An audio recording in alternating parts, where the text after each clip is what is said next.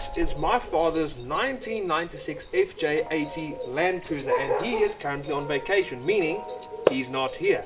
But he does have some parts stockpiled for this thing, and also a few parts currently on it that are not functioning, that need to be fixed or installed. And now I guess I'll just show you what I'll be doing. First of all, if I just step off screen, I will be installing this Toyota OEM spare wheel carrier. We got it with the vehicle when we bought it, well, when my dad bought it, and this morning I tripped over it, and since I'm sick of tripping over it, I'll just put it on the vehicle. Then if I step off screen again, I will also be installing these caster correction bushes for obvious reasons, because this thing is good at many things, but going in a straight line is not one of them. And if we walk over here, you will find these enormous spotlights that do not currently work. It also has these light bars up here that work in tandem with the spotlights, so they also do not work. And all of that because that switch right there stopped working. So I'll just go ahead and replace that so the lights are working again. Yeah, that's basically it. Now, if you are in the know with these old Land Cruisers, you will know that the cruisers that had the spare wheel carriers from factory had special reinforcements built into the C-pillar to actually help carry that weight, which the non-spare wheel carrier models did not have. Well, I spoke to a few people, and apparently there is a way which you can DIY it. Now, luckily the metal right here isn't exactly the weakest metal on earth. I mean, it is structural, so instead of just bolting the carrier onto the metal, you'll actually sort of be clamping the carrier to the metal. Or to put it in better terms, you'll basically be sandwiching that metal in between the carrier and another piece of metal, which is a much more mechanically superior, if you can use that wording, I don't know how to explain it properly, but it is a much more, it's a much better way of mounting things. That's why bull bars and side steps and stuff like that aren't just bolted to the chassis. They normally have plates behind them actually sandwiching on both sides of the chassis so that they can actually form a structural connection instead of just being attached. Hello there. Can I help y'all? How's it? Hi there. Hi there. Give me that. Give me. Yeah.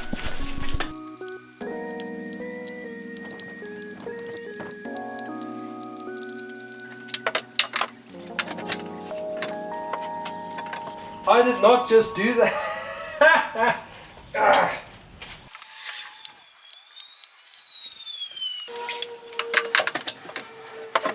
Now, using masking tape obviously does not just prevent me scratching the paint by doing this, but it also, when you're actually drilling into it or cutting into the painted metal that you're working on, prevents the paint from chipping off. I don't know why, it just sort of does it, so using masking tape is always good practice when working with painted or polished or shiny surfaces in general. Now, cars are cool and great and all, but a big problem with them is that they are not flat, which makes things difficult because flat surfaces and objects are very easy to work with, curved ones are not. That is where masking tape comes in very handy, because it helps you turn a curved surface like these, which I need to get the shapes and sizes of now. It takes these curved surfaces and it lets you turn them into flat surfaces, which you can then process and work with. So all you have to do really is you stick the masking tape to the surface which you need to get the shape of. Basically what I'm doing now is I'm making a stencil of these mounts so that I can make some matching steel plates that we need to use later.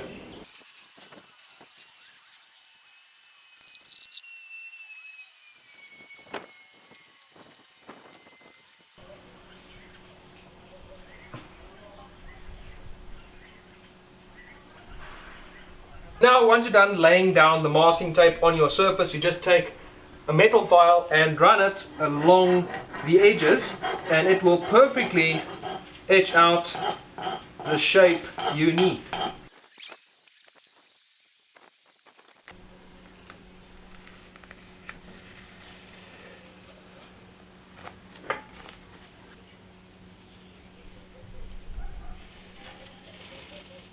And there you go, perfect little templates that I can now lay onto some sheet metal, trace them out and cut the metal pieces that I need. We will use these later though.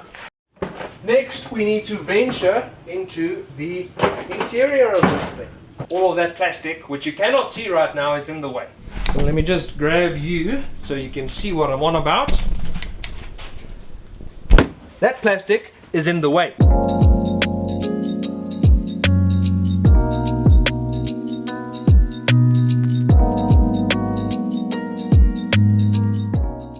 So I decided it would be a good idea to remove the taillight and taillight bucket while I was busy, because not only do I now have much better access to the parts of the vehicle to which I require access, I also now have absolutely, can you focus for me please?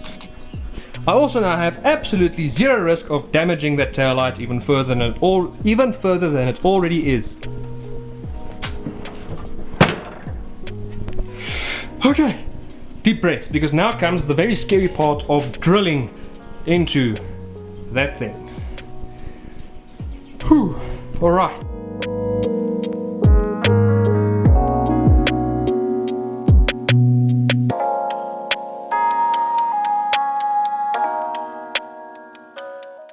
Oh gosh, that was not fun. That was not fun. But all 7 of the holes in the C-pillar have now been drilled, and that thing fits and goes on and bolts on. But there is some other work that you need to do, because I actually need to reinforce these mounting points before that goes on. Because not only is it heavy, but it's going to vibrate and rattle and just corrugate a lot, and it will see a lot of force, especially when you swing it open. So yeah, you can't just bolt it to this sheet metal right there. It will absolutely ruin the panel. And that is where this piece of sheet metal and the templates that we cut out earlier, or rather measured earlier, will come in handy. Because what I need to do now is lay this flat on the surface, trace out its shape, and then cut out some sandwich plates. I'm quickly gonna knock that out off camera though, because really I'll just be cutting shapes out of metal. It's not particularly fun or interesting to watch, and it's definitely not going to be fun to do, because I don't really like using the grinder all that much. Some time has passed and I've created things. That is the top sandwich plate, and that is the bottom sandwich plate. Now all that's left to do is to drill the holes in these, mount them up, mount that up, and then take everything apart and prep for paint, and then remount everything tomorrow. Fun!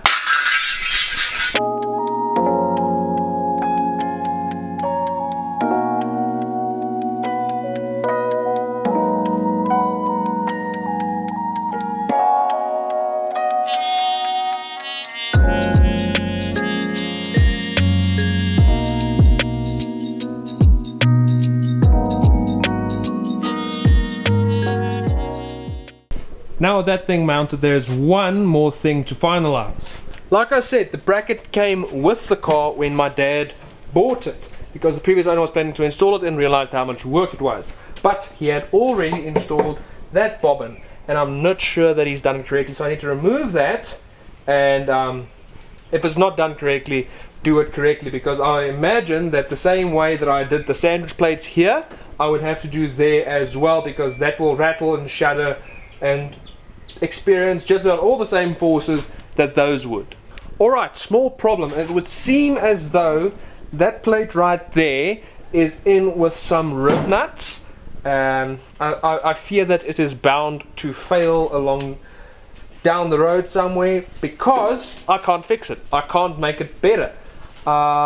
Because once I took this panel off, obviously you can see there is a lack of holes, and coincidentally right where that other panel mounts, there for some reason is this weird, I don't know what to call it, ducting, like a reinforcement within the tailgate, almost like it was meant to be there, like there was no difference between the tailgates of the models that had the carriers and didn't have the carriers. I don't know how that's mounted, but I think I'm just going to undo the bolts and see what I find. Oh dear, I hope it's in with riv nuts, or that there's some sort of a thread, because if the previous owner somehow managed to bolt it in, I'm going to have a horrible time. Rightio, good news. I removed one of the bolts, and when I peeped in there, I found that there is indeed factory provisions for that little panel right there. I am very stoked about that.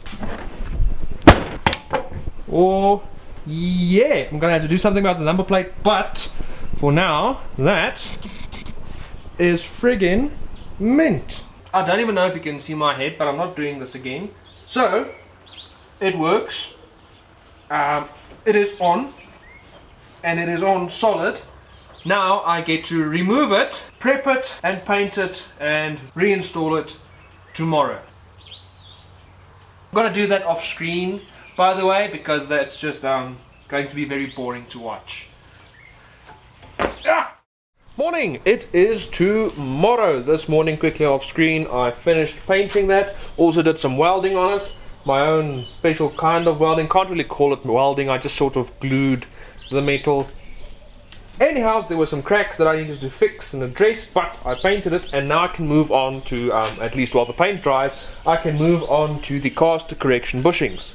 Now, from what I can find online, this is definitely not going to be a very fun job, mostly because I do not have a 10 to 12 ton hydraulic press, but we ball. So the first step is going to be to chock both front wheels, front and back, to prevent them from rolling backwards or forwards once you've removed your radius arms. That's the word for those. Second step, grab a jack and use that to support the differential, because once you remove the radius arms, the differential is most likely going to want to tilt. It'll just tilt. So what you want to do is prevent that, because if it does, it's just going to be more difficult to get the radial arms back in. Here you sort of have to use your common sense. You need to predict to where the diff is going to tilt. So it's usually going to tilt towards the pinion, so you want to focus on just supporting the weight of the pinion so it doesn't tilt backwards. The likelihood of it tilting forwards is very, very low.